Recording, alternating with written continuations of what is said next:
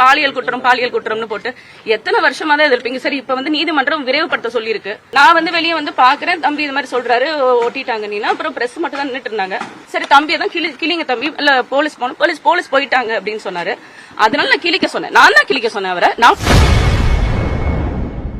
வீட்டின் கேட் மீது ஒட்டப்பட்ட சம்மனை நான் தான் கிழிக்க சொன்னேன் என்று நாம் தமிழர் கட்சி ஒருங்கிணைப்பாளர் சீமானின் மனைவி கயல்விழி தெரிவித்துள்ளார். சொல்லல, சம்மனை ஒட்டிட்டு போயிட்டாங்க. நான் வந்து எனக்கு தம்பி சுபாகர் தான் கூப்பிடுறாரு. கூப்பிட்டுட்டு நான் வெளியே வரேன், இந்த மாதிரி ஒட்டிட்டு போயிட்டாங்க நீனா. சரி ஒட்டி இருக்கட்டும் சொல்லிட்டு கொஞ்சம் நேரம் விட்டு தான் நான் கீழே இறங்கி வரேன். நம்ம வழக்கறிஞர் சொல்றாங்க, சரி காவல்துறை ஒட்டிட்டு போயிட்டாங்கன்னா நீங்க எடுத்துருங்க அது அப்படின்னு சொல்றாங்க. எனக்கு அது என்ன பாலியல் குற்றம்னு போட்டு எத்தனை வருஷமா தான் எதிர்ப்பீங்க? சரி, இப்ப வந்து நீதிமன்றம் விரைவுபடுத்த சொல்லியிருக்கு. அது என்ன இப்போ உடனே அடுத்த நாளே வரணும்னு, சரி ஒரு ஊர்ல இல்லன்னு தெரியும், நீங்க வேணும்னே இதை செய்றீங்கன்றது தெரியும். நான் வீட்டுல இருக்கேன், என்கிட்ட அது பேசிட்டு கூட நீங்க ஒட்டிட்டு போயிருக்கலாம். வந்து யாருமே இல்லாத வீட்டுல வந்து ஒட்டிட்டு போன மாதிரி நீங்க ஒட்டிட்டு போயிட்டீங்க. நான் வந்து வெளியே வந்து பாக்குறேன், தம்பி இது மாதிரி சொல்றாரு, ஒட்டிட்டாங்க நீனா. அப்புறம் பிரஸ் மட்டும் தான் நின்னுட்டு இருந்தாங்க. எனக்கு ரொம்ப அன்னிசியா இருந்தது அவங்க முன்னாடி வர்றதுக்கு. நான் அது நைட் ட்ரெஸ்ல இருந்தேன், நான் வெளியே வரல. சரி, தம்பியை தான் கிளிங்க தம்பி, இல்ல போலீஸ் போனோம், போலீஸ் போயிட்டாங்க அப்படின்னு சொன்னாரு. அதனால நான் கிளிக்க சொன்னேன். நான் தான் கிளிக்க சொன்னேன் அவரை. நான் படிக்கிறதுக்காக கிளிக்க சொன்னேன். அவர் கிழிச்சு என்கிட்ட கொண்டு கொடுத்தாரு. கொடுத்துட்டு நான் அதை உள்ள உட்காந்து அது 2-3 கிழிஞ்சதுனால உட்காந்து அதை படிச்சுக்கிட்டு இருந்தேன். அந்த தேதியை பார்த்துட்டு வந்து அடுத்த நாளே வர சொல்லிருக்காங்களே, அன்னைக்கு இவங்க அப்படி ஒத்துக்கலையே அப்படின்னு, அப்படி சொல்லலையே அப்படின்னு சொல்லிட்டு நான் அந்த தேதியை பார்த்துட்டு இருக்கேன். அப்பதான் எனக்கு தெரியல நடந்தது என்னன்னு எனக்கு தெரியல. இந்த கேட்டுக்கு உள்ளதான், அது கேட்டுக்குள்ள நடந்தது. நாங்க இருந்து உட்காந்து பார்க்கும்போது கேட்டு திறந்தது மட்டும் கேட்டுச்சு. பார்த்தேன் நானு.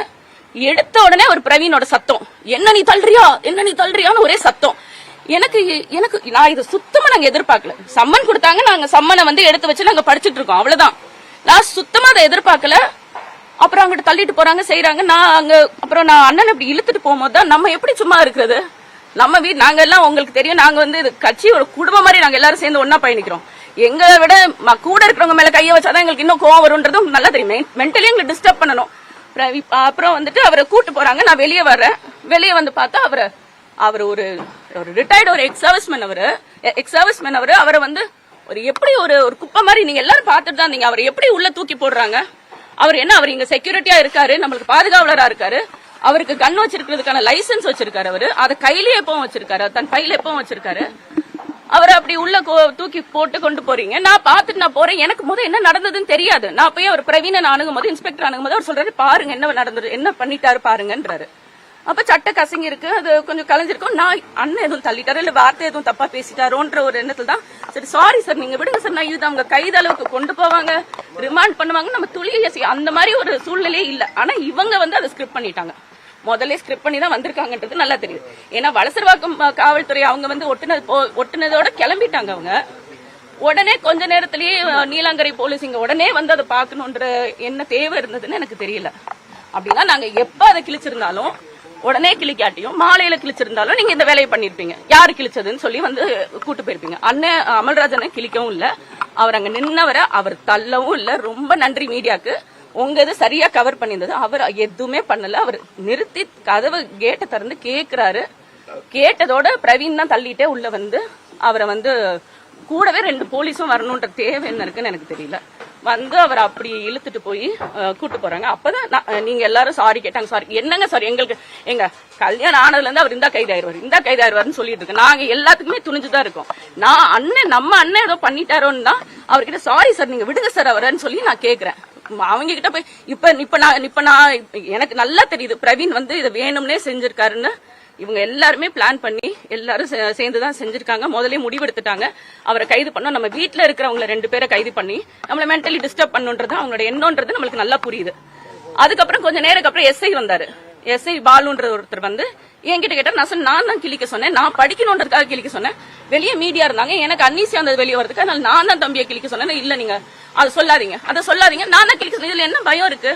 நீங்க சர்வ் பண்ணிட்டீங்க. சம்மன் வந்து எங்களுக்கு தானே, மீடியா மூலியமா என் கணவருக்கு தெரிஞ்சுக்கிறதுக்கா இல்ல மீடியா அந்த உலகத்துக்கு காட்டுறதுக்கா சம்மன் அசிங்கப்படுத்துறீங்களா? எங்க அவர் மக்களுக்காக நேர்மையா, நான் வந்து அழுத்தி சொல்றேன், நேர்மையான ஒரு தலைவர், எதுக்கும் அஞ்சாத ஒரு தலைவர். அவரு எவ்வளவு வழக்க பாக்குறாரு அவரு. எங்களுக்கு என்னங்க பயம்? அவர் நான் அப்பாவும் சிறைக்கு போனதை பாத்திருக்கேன். என்ன சிறையில எனக்கு என்ன பயம்? எங்களுக்கு அதெல்லாம் ஒண்ணும் பயம் கிடையாது. நீ ஒட்டிட்டு நீங்க சம்மன் ஒட்டுறீங்க. சம்மன் யாருக்காக ஒட்டுறீங்க? எங்களுக்கு தானே நீங்க செய்தி கொடுக்குறீங்க. நான் அந்த சம்மனை தம்பியை நான் கிழிக்க சொல்றேன். நான் வெளியே வரதுக்கு இல்ல, நான் கிழிச்சிருப்பேன்.